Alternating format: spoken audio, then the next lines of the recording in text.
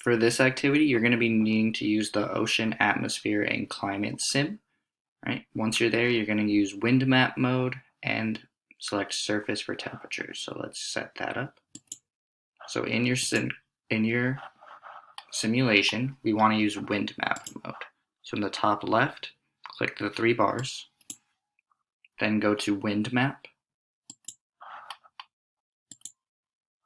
Right, so you should be set up here. Temperature view, we wanted it to select surface. So up here, I'm going to change this to surface.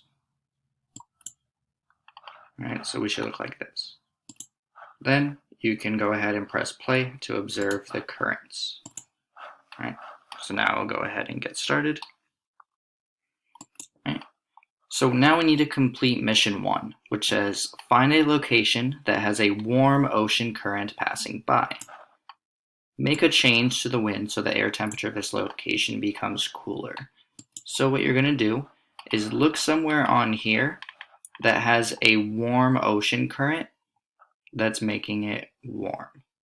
All right, so I'm going to look right about here.